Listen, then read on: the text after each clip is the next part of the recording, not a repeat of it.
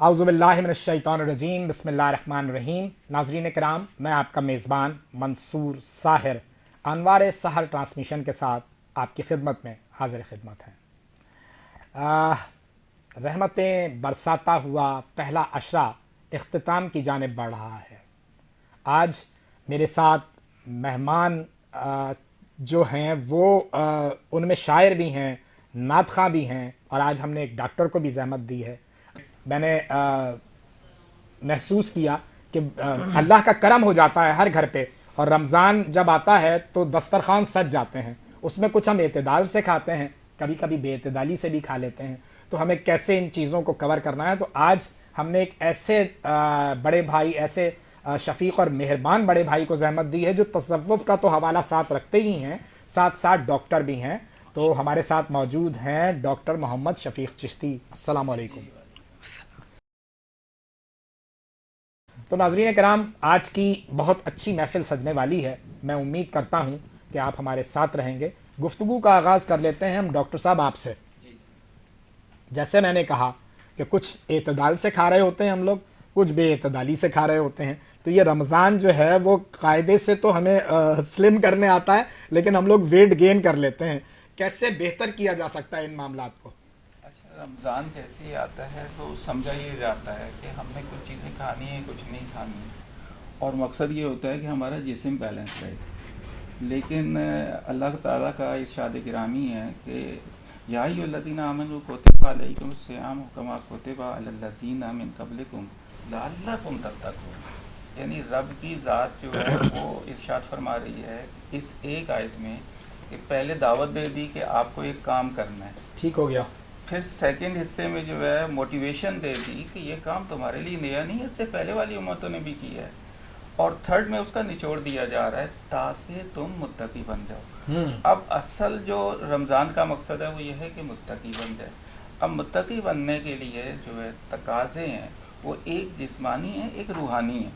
हम सब के सब जो है वो जिस्मानी तकाज़ों पर तो जोर देते हैं और पूरा जोर उसी पे लगाया हुआ, मेरा ख्याल है जोर उसी पे लगता है। लेकिन जो रूहानी तकाज़े हैं, जो असल मकसद है रमज़ान शरीफ का, उसको भूल जाते हैं। और उसकी वजह सिर्फ़ और सिर्फ ये है कि हमें लगा ही उस पर दिया गया है। जितनी नॉलेज दी जाती है वो जिस्म से मुतालिक दी जाती है। हमारे यहाँ जिस्म से रिलेटेड लोग बहुत ज़्यादा हैं, सही, लेकिन उस रूह की तालीम दी ही नहीं जाती, तो मुआशरा उस तरफ ज़्यादा नहीं है। जहाँ तक बात है कि बेएतदाली, तो ये बेएतदाली का ताल्लुक जो है जिस्मानी भी है, रूहानी भी है। जिस्मानी बेएतदाली तो ये है कि आपके सामने चीज़ें तो सारी आ गई, लेकिन आपका जिस्म एक ख़ास तरतीब से उनको डाइजेस्ट करता है। बिल्कुल सही। तो आपने वो चीज़ें लेनी हैं जो आप आम जिंदगी में ले रहे थे, अगरचे इस वक्त इजाफी हैं, लेकिन आपने उनके गिर्द रहना है और वो भी कम खानी है। तो फिर ये होगा कि आपको जिस्मानी फ़वाइद हासिल हो जाएंगे। और अगर आपने रोज़ा रख कर भी ना तो एहतियात की आंखों की, ना एहतियात की ज़ुबान की, ना एहतियात की चलने फिरने की, तो फिर आपको रूहानी फ़ायदा भी हासिल नहीं होगा। तो यूँ हमें जो कोशिश करनी है वो ये करनी है कि अपने आप को एतदाल पे रखना है दोनों लिहाज से, और ज़्यादा जो फोकस करना है वो रूहानी तकाज़े पर करना है कि आपको ये ट्रेनिंग का महीना मिल गया है। रमज़ान शरीफ एक ट्रेनिंग का महीना है। आम दिनों में भी हम पर वही पाबंदियाँ हैं, इस्लाम एक ही है।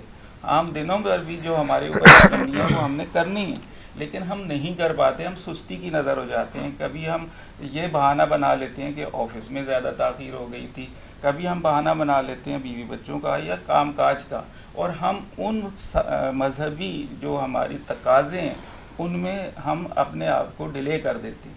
लेकिन रमज़ान ट्रेनिंग देता है बाकायदा तौर पर पाबंदी वक्त का, कि पाबंदी वक्त के साथ आपने इन चीज़ों की एहतियात करनी है। जो लोग करते हैं वो दोनों फ़वाइद जो है। डॉक्टर साहब, बेंगा डॉक्टर, आप क्या बताएंगे नाज़रीन को कि सहरी में किन चीज़ों से बचना है, जो कि ज़्यादातर लोग आप देखते हैं खाने के बाद बीमार भी हो जाते हैं, हेडिच का भी प्रॉब्लम रहता है, पेट दर्द का प्रॉब्लम रहता है, मैदे के कई एक केसेस चल रहे हैं आजकल। तो आप नाज़रीन को क्या बताना चाहेंगे? वो सोशल मीडिया पे एक पोस्ट बड़ी वायरल हुई है कि शरीयत ने तो रोजे फर्ज किए हैं, पकोड़े तो हम लोगों ने खुद फर्ज किए हैं। जी बिल्कुल सही।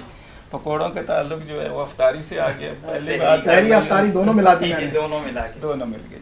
अच्छा, सहरी जो है वो ये है कि एक ख़ास टाइम में आपको उठना है और उसी वक्त जो है दस्तरखान पे सारी चीज़ें मौजूद हैं। आप आम दिनों में वक्फे वक्फे से चीज़ें ले रहे होते हैं, लेकिन वहाँ एक ही वक्त में सारी चीज़ें मौजूद हैं। अब आपकी जो खुराक है, खुराक का मतलब ये होता है कि वो जिस्म में एब्जॉर्ब हो जाए और जो वेस्ट प्रोडक्ट हैं वो ड्रेन आउट हो जाए। सही। या तो अब हमारी जो खुराक है वो 3 बेसिक चीज़ों पर मुश्तमिल है, यानी कि हमें कार्बोहाइड्रेट चाहिए, प्रोटीन चाहिए और फैट चाहिए।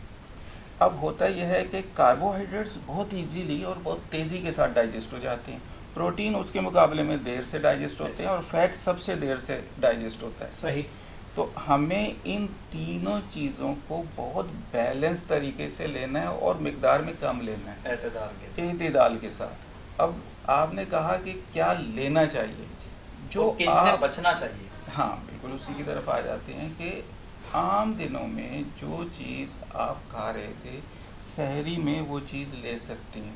मिसाल के तौर पे आपने पराठा लिया, फैट आपको मिल गया, पराठा लिया, उसके साथ साथ आपको जो है कार्बोहाइड्रेट्स मिल गए, और उसके साथ अगर आपने सालन जो है वो करी जो है वो अगर आपने उसका गोश्त का या दाल, तो प्रोटीन आपको मिल गया। लेकिन ये सारी चीज़ें महदूद लेनी है। अब हमारे यहाँ ये होता है कि हमने सहरी में दही को मस्ट कर दिया। अच्छा। और दही खाने के फ़ौरन बाद टाइम ही नहीं होता, हम तो उठते भी पूरे टाइम पे हैं। हालांकि वो लम्हात मिल जाते हैं कि आप तहज्जुद भी पढ़ सकते हैं, लेकिन हम उठते ही पूरे टाइम पे हैं। एक तरफ दही खाते हैं, दूसरी तरफ चाय पी लेते हैं। अब ये दोनों एक दूसरे के अपोजिट हैं। बड़ी अहम बात कर रहे हैं। ही आपने ये दोनों चीज़ें एक साथ ले ली जी, तो फिर वही हो रहा है जो शहर में इस वक्त चल रहा है कि हर कोई अपने पेट को लेके जो मामला डाइजेशन पूरा तो आप ये तजवीज़ कर रहे हैं कि अगर आप सहरी में दही खा रहे हैं तो या लस्सी पी रहे हैं तो फिर आप चाय से गुरेज करें जी। या अगर ये दोनों चीज़ें लेना को नागुज़ीर हो रहा है तो पहले क्या लिया जा सकता है और फिर थोड़े से वक्फे के बाद अगर जल्दी उठ गए तो? अब ये काम आपने आसान कर दिया। असल में लेनी है दही, क्योंकि दही प्रोबायोटिक्स है। प्रोबायोटिक्स वो चीज़ें होती हैं कि जो डाइजेशन में हेल्प करती हैं या डाइजेस्टिव एंजाइम्स की प्रोडक्शन में हेल्प करती हैं। अब आपने दही ले ली तो प्रोबायोटिक्स आपने रिजल्ट ले लिए, डाइजेशन आपने अपना अच्छा कर लिया, लेकिन आप पर बॉन्डिंग जो है वो ये है कि दही और चाय में मुनासिब गैप हो।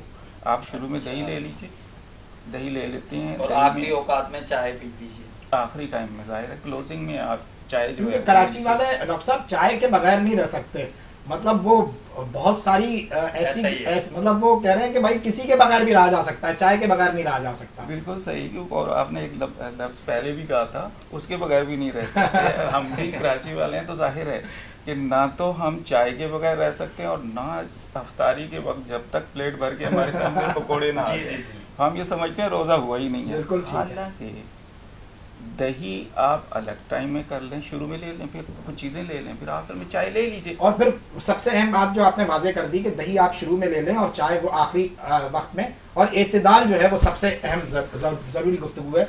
कैसे भाई आपकी तरफ आऊँगा।